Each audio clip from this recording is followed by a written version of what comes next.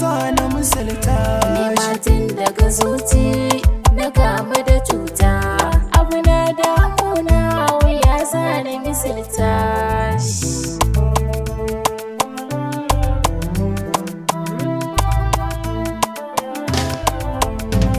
masomin zance gani da idanu, akwai sirri na manya da ƙananu.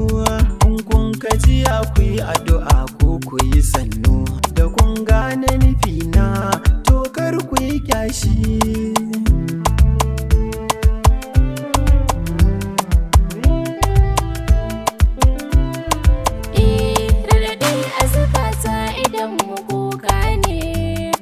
In ya samu fitar sa hali